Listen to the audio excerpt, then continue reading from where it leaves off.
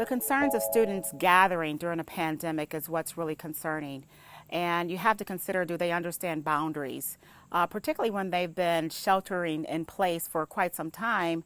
And now that school's back in and everybody's gathering together, they're happy to be around each other. There's probably lots of hugs and things like that.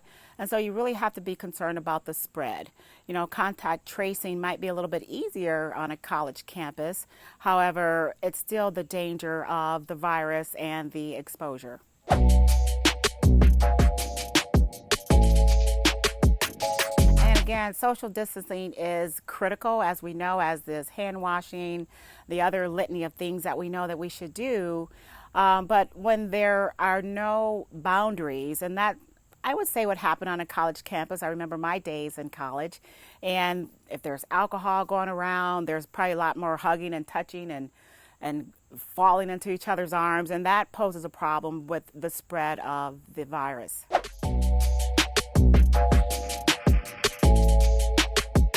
Well, it's certainly challenging with such a large population in such a dense space, but certainly, you know, limiting class sizes I think would be helpful, encouraging the use of masks, which could be a little challenging, but, you know, I would anticipate that the college students are a little bit more educated and more concerned about what's happening in the world today and probably be a little bit more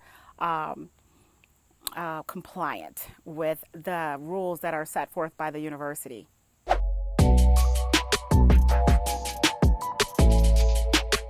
Considering that we're expecting a second wave, and although you have those who would say that we're still in that first wave, and then there comes the flu that normally happens around, you know, the latter part of this year anyway. So it's going to be very, very challenging.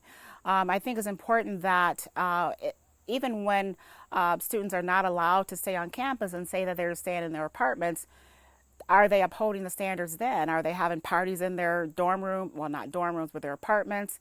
And so you really, really have to stress the importance, and we have to be prayerful and watchful and continuing to educate everyone and encourage them to do the right thing.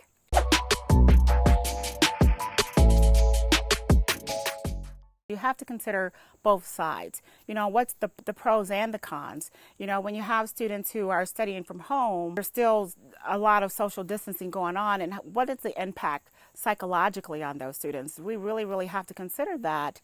But then the benefits, and so it's really, it's a plus minus. If you can get the best of both worlds, I've seen a great combination where certain students go to classes on certain days and others are doing at home watching videos.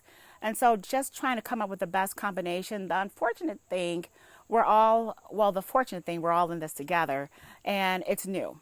When's the last time we were in a pandemic? But the beauty of this is now that we have the access to online learning, and so that's definitely playing to our favor.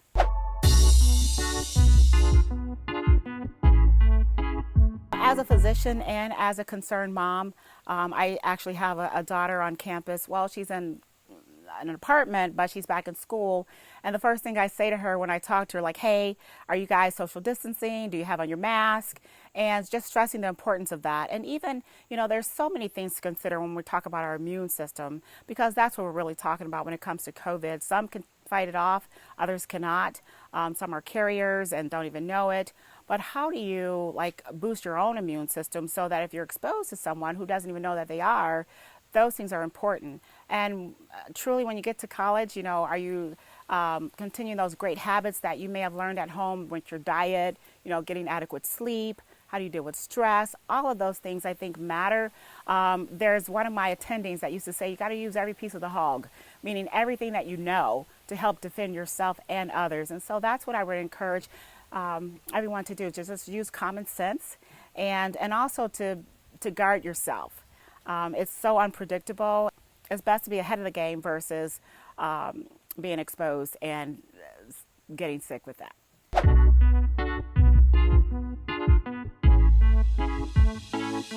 I would definitely say don't do that.